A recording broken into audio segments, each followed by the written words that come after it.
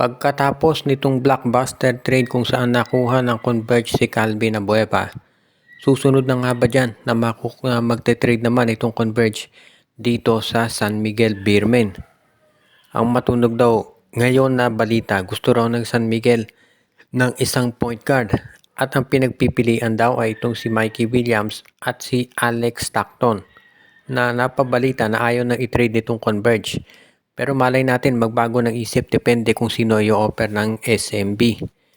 Pagdating daw dito kay Alex Stockton, ang i-offer daw ng San Miguel na kapalit ay itong si Wamit Yongson at isang first round draft pick o di kaya Wamit Yongson at Chris Miller. Pagdating naman dito kay Mikey Williams, dyan medyo problemado dahil ang i-offer lang daw ng San Miguel na kapalit if ever matuloy yung trade ay itong si JM Calma.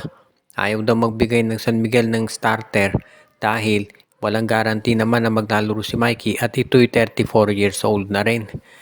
So mukhang ganyan ang magiging sitwasyon ngayon. Tignan natin kung alin ang tatanggapin nitong Converge Fiber Xers. Kung sakasakali, mas maganda siguro na si Alex Stockton na makuha ng San Miguel dahil mas matanda na nga si Mikey at hindi na active sa basketball. Plus, mas reliable itong si Stockton, nakita natin. Kaya kung si Wamit Yongson ang ipapalit, sa tingin ko pwede na yan para dito sa SMB. Dahil syempre kung ikaw naman ang San Miguel Beer, mas gugustuhin mo na yung laro ni Alex Stockton kaysa dito kay Wamit Yongson dahil si Stockton ay kilala din bilang isang strong defensive player. Kaya ito'y pwede talaga na dito sa San Miguel. Pero kung hindi nga papayag itong Converge, pwede naman si Mikey dahil explosive scorer yan. At hindi masyadong mabigat yung ibibigay na player ng San Miguel na kapalit. Kaya nga, tignan natin kung sino ang i-offer dyan. Itong si Coach Leo Austria.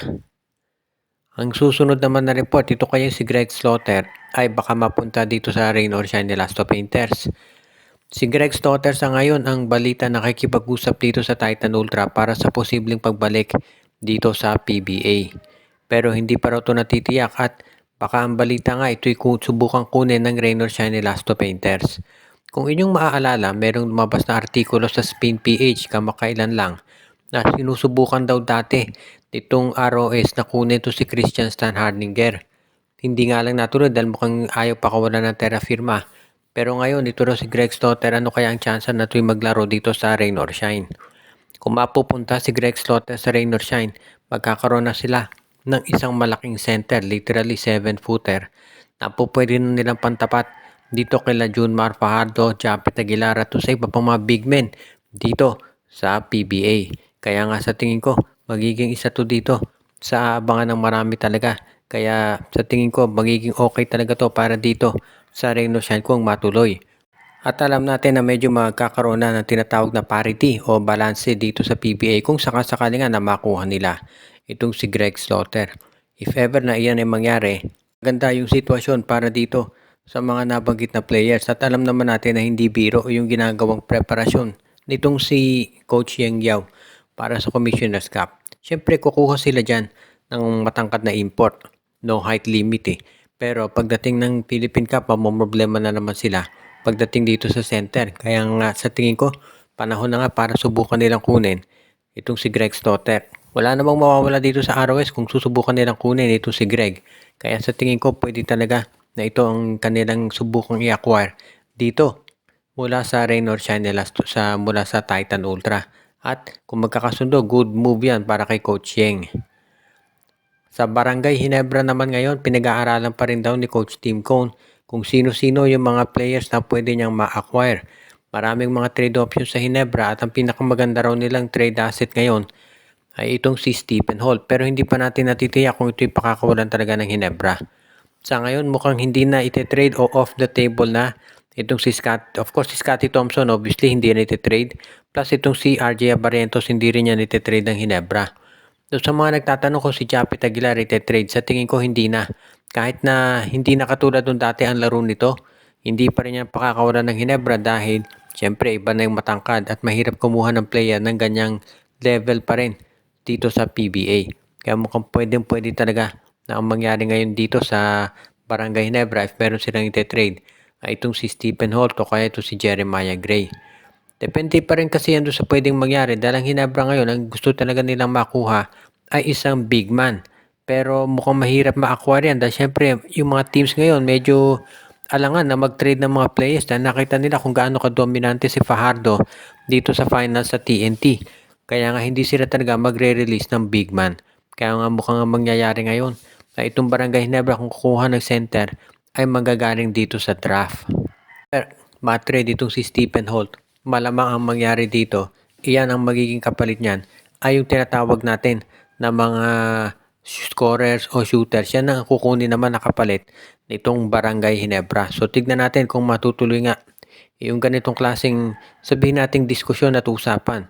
If ever mangyari yan sa tingin ko po pwede itong maging maganda para sa Ginebra pero syempre sa bandang huli ang magdedesisyon yan lahat ay itong PBA Trade Committee kung aprobahan yung trade ng Ginebra regardless kung sino pa mang team yung kanilang makakausap sa ngayon dito sa PBA.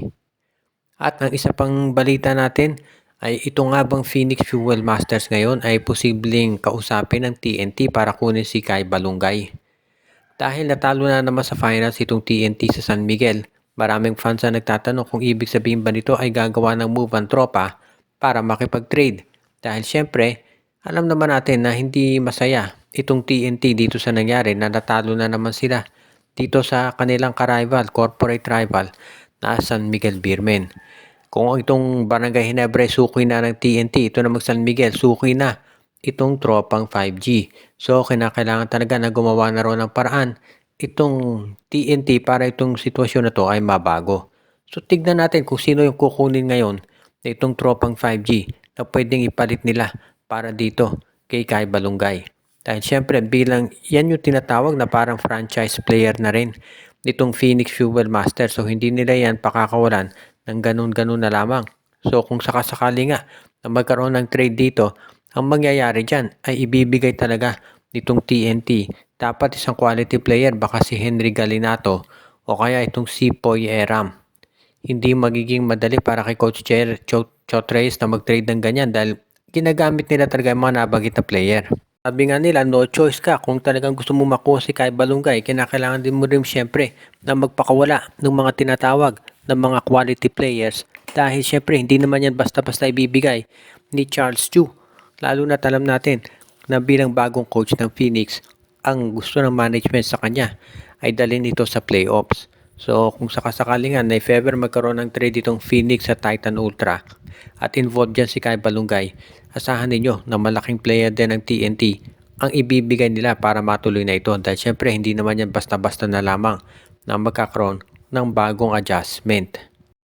At bago tayo magtapos ay batiin natin yung ating mga taga-subaybay na sila Joshua Giray Espejo at Rosales family, Simon De Guzman, si Jonel Alagon, Malyari Mascarillas, Ireneo Salangsang, Katsakino Dukusin, si Dexter Domer, pinabati din natin si Michael D, Romeo Conchada, si Anthony Alon, at yung iba pang mga regular nating mga viewer.